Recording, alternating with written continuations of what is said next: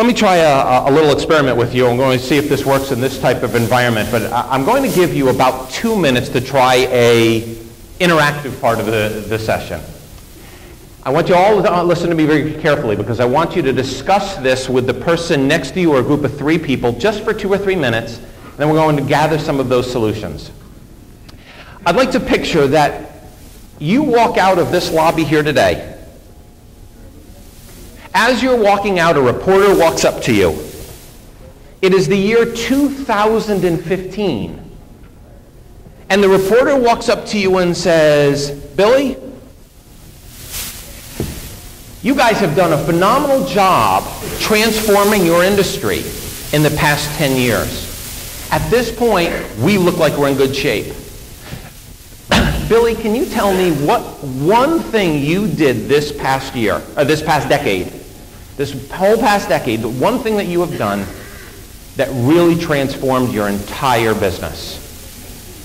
And what I'd like you to do is turn to the person next to you, 2 or 3 people, and come up with the 1 or 2 things that in that group that you would come up with that transformed the business, and it's 2015. Does everybody get that? Not too complicated? Okay, try it. I'm going to give you 2 minutes. Just turn to the person and say, what was that one thing you did in the past decade?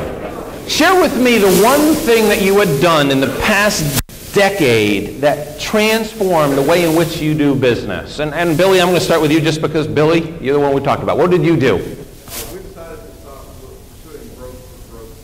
Stop stop pursuing growth for growth's sake. pursuing growth for growth's sake.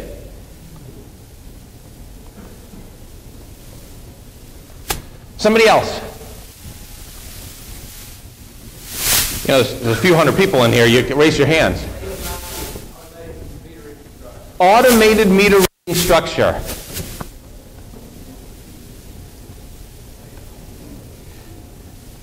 Okay. Somebody else. We're big boys and girls here, so if I don't see hands, I call. Excuse me? A fiber optic system to the user. Did I say that right? On this side, anybody have any suggestions that you had done? Is that me? Yes, sir. Real-time pricing. Real-time pricing for customers. Real-time pricing. Somebody else. What did you do, sir? Up there. Customer education. Somebody else. Prepay. Someone needs $5 for the weekend, they come in and pay their $5, and they can have heat and electric or whatever they need for the weekend. They do that out in Arkansas or Arizona. I've heard Arkansas. I've heard that. Somebody else, sir. Attended a conference where David Goldsmith taught you to win by a nose. You win. You win. We're done. Somebody else, back in the back. Improved customer service. I'd like to get 3 or 4 more up here. Customer-owned generation.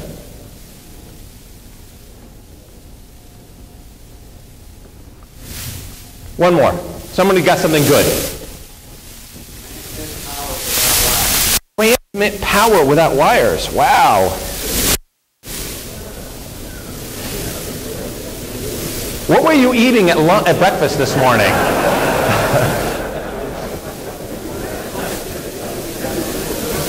I agree with you. Now, I'd like you to look at this list for a moment. And it's a short list. I know you're all thinking all sorts of things that are going through your head. A lot of you didn't speak up. But I'd like you to think about this for 1 minute. We are closer to 2015 than we are the year 2000. That in order for some of these, which aren't really solutions to the challenges that we're facing, in order for some of these to even be in place, when would you have to start this? Like customer-owned generation. When should that have been started? Across the United States, it's really we're at the infancy. When I say customer-owned, I mean like in your house, you own your own generation solar. Oh, distributor, okay. Yeah, what you guys do, okay. started these things 10 years ago. These are indicators of a 10-year past that you really need to do for tomorrow, but most are going to solve tomorrow. The challenge with leadership or management is that we have to be looking far enough in advance based upon our industry to be able to make decisions that will impact at least a few years in the future. In your business, 10 years is not a lot, is it? I mean, 10 years goes by pretty quickly.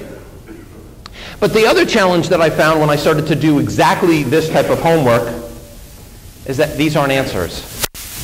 They're not going to solve tomorrow. So here's another small little exercise I'd like you to take a look at. I created a chart. I'm a model person. I like to see a model when I'm building. And I said, okay, take a look at low-cost energy and high-cost energy. And let's take a look at consistent energy and inconsistent energy. If we have affordable, low-cost, reliable power, we're doing okay. That's where we'd like to be, low-cost, very reliable power. That's, to some degree, what I think we are in today, but you'll tell me in a minute. What if we have and reliable power? What is unaffordable and reliable power?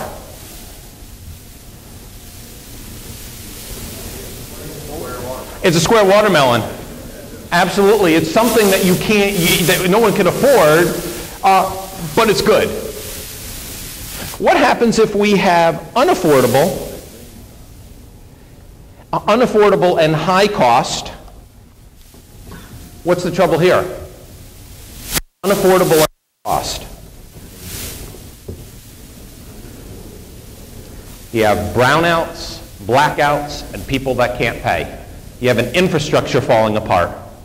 And the next one is you've got affordable and it's unreliable service.